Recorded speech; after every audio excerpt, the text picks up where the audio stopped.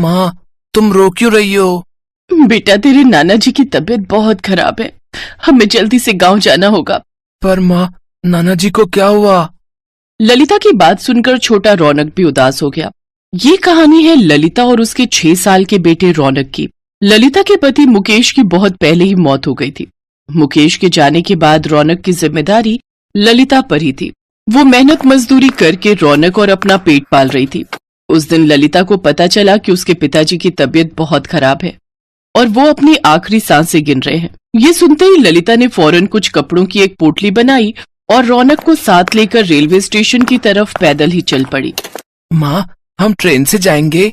हाँ बेटा, इस टाइम गांव जाने के लिए कोई बस नहीं मिलेगी, इसीलिए ट्रेन से जाना पड़ेगा। अच्छा सुनो माँ, कुछ खाने को है क्या? बहुत भूख लग रही है।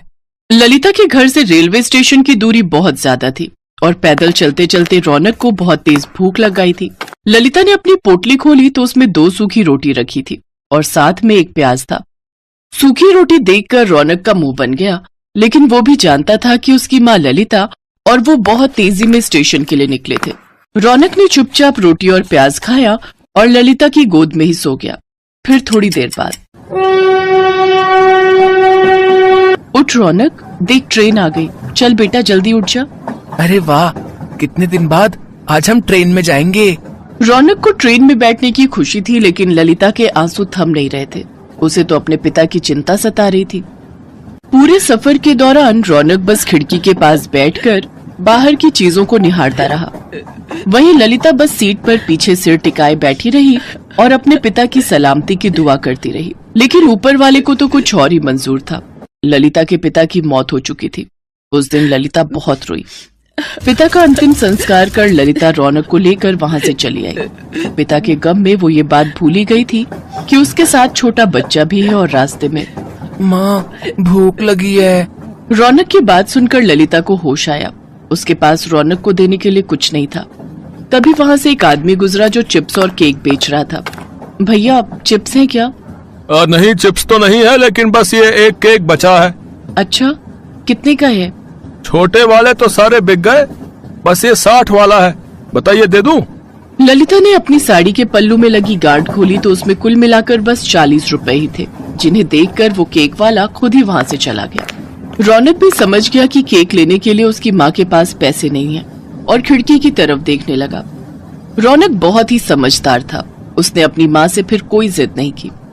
कई घंटों के सफर के बाद ललिता और रौनक अपने स्टेशन पहुंच गए। वहां पहुंचते ही रौनक रोने लगा। ललिता समझ गई कि अब रौनक से भूख बर्दाश्त नहीं हो रही है। तभी वहां एक दुकान से आवाज आई, पूरी सब्जी खा ले, 20 रुपए में ही है। उस आदमी की आवाज सुनकर ललिता को ऐसा लगा जैसे उसकी मुराद पूरी हो गई। ललिता ने सोचा कि वो 2 आलू पूरी खरीदेगी, एक रौनक खाएगा और एक वो भी खा लेगी। उसने भी तो 2 दिन से कुछ नहीं खाया था। ललिता ने 40 रुपए देकर आलू पूरी खरीदी। वे बहुत थोड़े से आलू और सिर्फ 2 ही पूरियां थी। ये देखकर ललिता ने अपना डिब्बा भी रौनक को दे दिया। रौनक ने पेट भरकर खाना खाया और फिर शाम को। माँ, पेट में बहुत तेज दर्द हो रहा है और 3 बार उल्टी भी हो चुकी है। इतना कहते ही रौनक बेहोश हो गया। ललिता फौरन उसे डॉक्टर के पास लेकर पहुंची तो डॉक्टर ने उसे बताया कि रौनक को फूड पॉइजनिंग हुई है।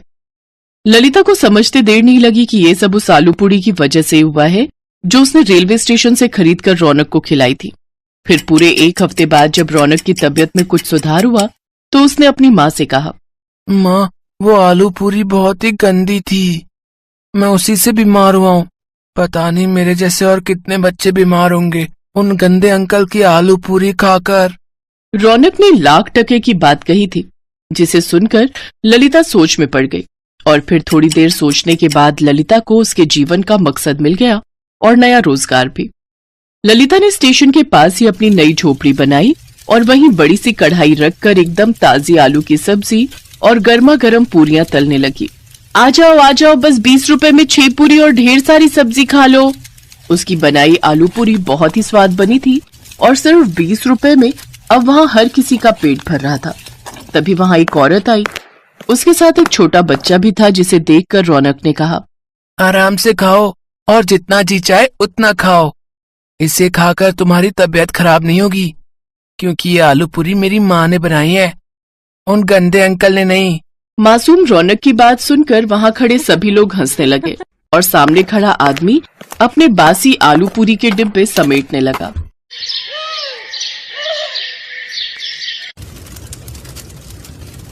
क्या कर रही हो माँ? खाना बना रही हूँ, और क्या। माँ, इतनी गर्मी हो रही है, शाम को बना लेना। क्यों, तुझे भूख नहीं लगी है क्या? लगी तो है, पर कोई बात नहीं, आप चलो ना, थोड़ी देर आराम कर लो। अरे मेरे बच्चे, जा तू जा, मैं खाना बना कर लाती हूँ। नंदिनी ने अपने बेटे रौनक के गाल पर हाथ रखकर प्यार से कहा। नंदिनी के पति का कई साल पहले एक हादसे में निधन हो गया था। तभी से वो दूसरों के घरों में काम करके अपना और अपने बेटे का पेट पाल रही थी। उसका बेटा रौनक बहुत ही समझदार और संस्कारी बच्चा था।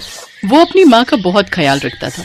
उस दिन भी जब आराम करने की जगह रौनक आंगन में झाड़ू लगाने लगा और फिर, अरे ये क्या कर रहा है रौनक?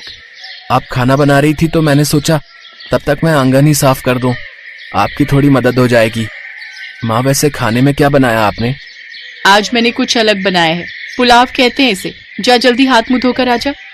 रौनक फौरन हाथ मुंह धोकर आया और खाने के लिए बैठ गया। नंदिनी ने कई सारी सब्जियों के साथ बढ़िया पुलाव बनाया था, जिसे खाते ही रौनक बोला, वाह माँ, ये तो बहुत ही अच्छा है। और नहीं तो क्या, बड़ी मेहनत लगती है इसे बनाने में।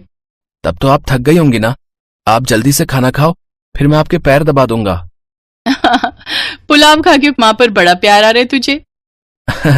ऐसा नहीं है, पर एक बात तो है, ये पुलाव है बहुत अच्छा। माँ, एक बात पूछूं? हाँ पूछना। ये बिरयानी भी इसे ही कहते हैं क्या? नहीं, तूने कहाँ से सुना बिरयानी का नाम? वो कल क्लास में सलीम बता रहा था कि कल उसके घर में अंडा बिरयानी बनी थी। बिरयानी बनती तो चावलों से ही है, लेकिन वो पुलाव से थोड़ी अलग होती है। अच्छा माँ, ये अंडा बिरयानी इस पुलाव से अच्छी तो नहीं होती होगी ना? सारी चाल समझ रही हूँ मैं तेरी। अब समझ में आया कि तू क्यों मेरे पैर दबाने की बात कर रहा था। चल, मैं बना दूंगी तेरे लिए अंडा बिरयानी। रौनक की चोरी पकड़ी गई थी और इस बात पर वो दोनों जोर जोर से हंसने लगे। इसी तरह कई साल बीत गए। अब रौनक जवान हो गया था और नंदिनी बूढ़ी। रौनक ने कई जगह नौकरी ढूंढने की कोशिश की, पर उसे कहीं भी नौकरी नहीं मिली। इसीलिए मजबूरी में नंदिनी को अभी भी दूसरों के घरों में काम करना पड़ रहा था। और फिर एक दिन, आओ माँ, जल्दी से हाथ मुंह धो लो, मैंने आपके लिए खाना बनाया है। क्या तूने खाना बनाया है? हाँ माँ, आप सारा दिन काम करती हो और मैं नालायक कुछ भी नहीं कर पा रहा। ऐसा क्यों बोलता है पगले, अभी तो मैं काम कर सकती हूँ। नहीं माँ, अब काम करने की उम्र मेरी है, पर क्या करूं, मुझे कोई नौकरी ही नहीं दे रहा। हर जगह भारी घूंस मांगते हैं सब। तू चिंता मत कर, देखना एक दिन तू खूब पैसे वाला बनेगा। पता नहीं वो दिन कब आएगा। अच्छा वो सब छोड़ो, जरा देखो तो सही मैंने आपके लिए क्या बनाया है। जैसे ही रौनक ने पतीला खोला तो नंदिनी हैरान रह गई। रौनक ने उसके लिए अंडा बिरयानी बनाई थी। पतीले से बहुत ही अच्छी खुशबू आ रही थी और फिर, अरे वाह, खुशबू तो बहुत अच्छी आ रही है, लेकिन तूने अंडा बिरयानी कब बनानी सीख ली रे? बस आपको देखकर। अब बातें मत करो, जल्दी से खाकर बताओ ना कैसी बनी है। पहली बार रौनक ने अपनी माँ के लिए खाना बनाया था और फिर जैसे ही नंदिनी ने पहला निवाला खाया, अरे वाह रौनक, कितनी बढ़िया बनाई है रे तूने, एकदम बढ़िया, मजा आ गया। अब से तू ही बनाएगा हमेशा ये अंडा बिरयानी।